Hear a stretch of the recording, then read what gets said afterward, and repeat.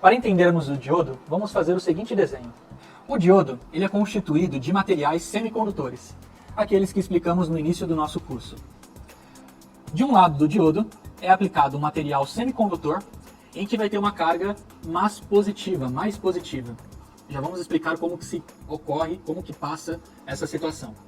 E do outro lado do diodo teremos uma carga mais negativa. Como que se gera esse efeito?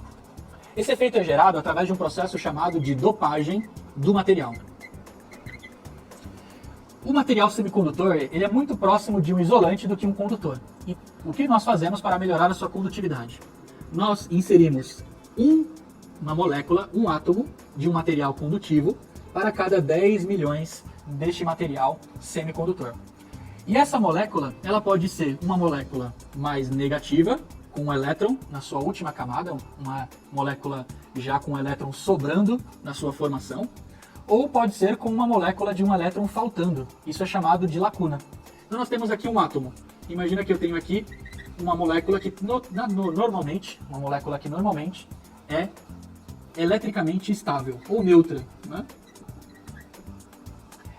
Quando eu retiro um elétron aqui desse meu cálculo, eu vou ter 3 elétrons que antes que se somavam com a sua parte do núcleo, onde nós temos o próton, ficava neutra. Mas a partir de agora eu vou ter um elétron faltando. Então é como se essa lacuna aqui fosse uma carga positiva. Nós imaginamos isso, que a lacuna tem um sentido de uma carga positiva. Por quê? Porque agora os prótons que estão dentro do núcleo do meu átomo são em maior quantidade do que os elétrons aqui fora.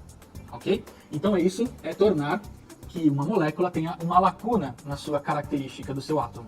E nós criamos um material deste formato.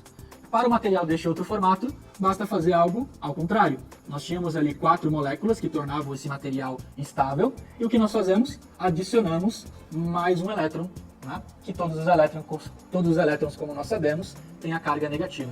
E agora eu transformo essa carga numa carga mais negativa, ok? Então, a criação de um diodo passa pelo fato de nós fazermos um processo de dopagem, um processo de alteração da estrutura do material, de forma a criar polaridades. Por que fazemos isso? Para a gente criar um efeito bem interessante aqui nesse semicondutor, né? Nós criamos um material semicondutor.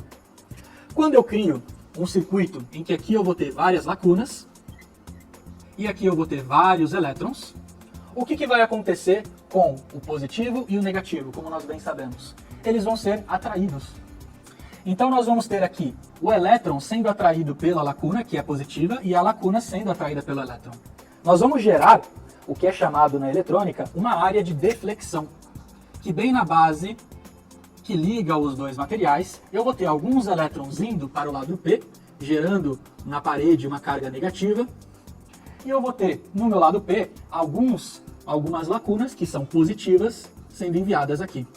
Então eu vou criar o que nós chamamos aqui de área de deflexão. É como se eu criasse uma parede de proteção. Uma parede de proteção. Nós já vamos entender um pouquinho essa parede. E ela gera uma DDP, uma tensão. Eu vou ter de um lado um sinal positivo e de um outro um sinal negativo. Ok? Então essa DDP, essa tensão gerada aqui, serve como uma parede de proteção do meu circuito. Vamos entender como vai funcionar essa parede de proteção, essa deflexão ali no meu diodo. Quando eu tentar fechar o meu circuito do meu diodo, da seguinte maneira.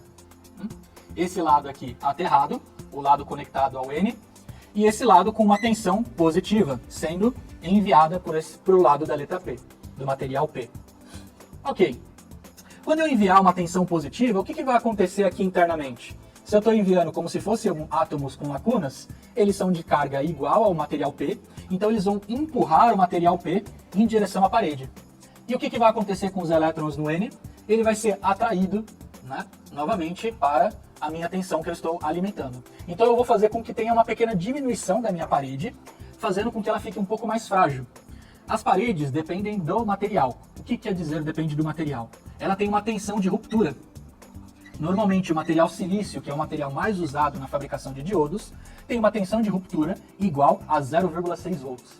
Então quando eu envio uma tensão superior a 0,6 volts, eu vou conseguir quebrar essa parede de proteção e permitir a passagem de corrente. né, a passagem dos elétrons no circuito do meu diodo, ok? No caso aqui, ele gera um sinal no desenho, como nós já conhecemos, neste formato, onde, ao enviar uma tensão positiva por este lado, eu terei a passagem de corrente para o lado seguinte. Mas se eu tentar enviar a minha corrente no sentido contrário, como que há esse bloqueio do diodo? Vamos entender? No momento, então, que ao contrário, eu enviar uma tensão positiva pelo lado direito, para o meu material N, o que vai acontecer? No meu lado esquerdo, agora, eu tenho uma referência de massa. O meu lado N, como a gente comentou, é cheio de elétrons. E no meu lado P, eu tenho vários prótons, várias cargas positivas no meu lado P. Se eu estou enviando uma tensão positiva aqui por esse lado, o que vai acontecer? Eu vou estar atraindo os meus elétrons para fora da minha parede de deflexão e eu vou estar empurrando os meus prótons também para fora da parede de deflexão. Isso faz com que eu tenha uma parede de deflexão muito maior. É como se eu estivesse aumentando a área da minha parede de proteção e tornando-a mais forte. Eu vou precisar de uma tensão muito maior do que 0,6 para poder quebrar essa parede e permitir então a passagem de corrente. É por esse efeito que a gente consegue criar o sistema do diodo, em que somente por um lado haverá a passagem de corrente. Naturalmente, ao inverter a polaridade desse meu diodo, eu vou estar internamente dele dificultando a passagem dos elétrons, a passagem de corrente. Se eu continuar forçando a carga de tensão por esse lado, o que vai acontecer é uma ruptura aqui internamente do meu diodo e ele vai perder a sua capacidade de proteção, ok? Porque todo material tem um limite. Então, se a gente analisar aqui em alguns casos, você pode ter um diodo com um sistema de proteção de 5 volts, de 12 volts, de 14 volts, de 28 volts. Você pode definir esse sistema de proteção de acordo com algumas tecnologias de fabricação do diodo. Então, dependendo da proteção que você coloca no sentido contrário, ao vencer essa proteção, esse diodo aqui vai ser morto, ok? Ele vai se tornar como um fio condutor normal. Ele vai permitir a condução de corrente em ambos os lados.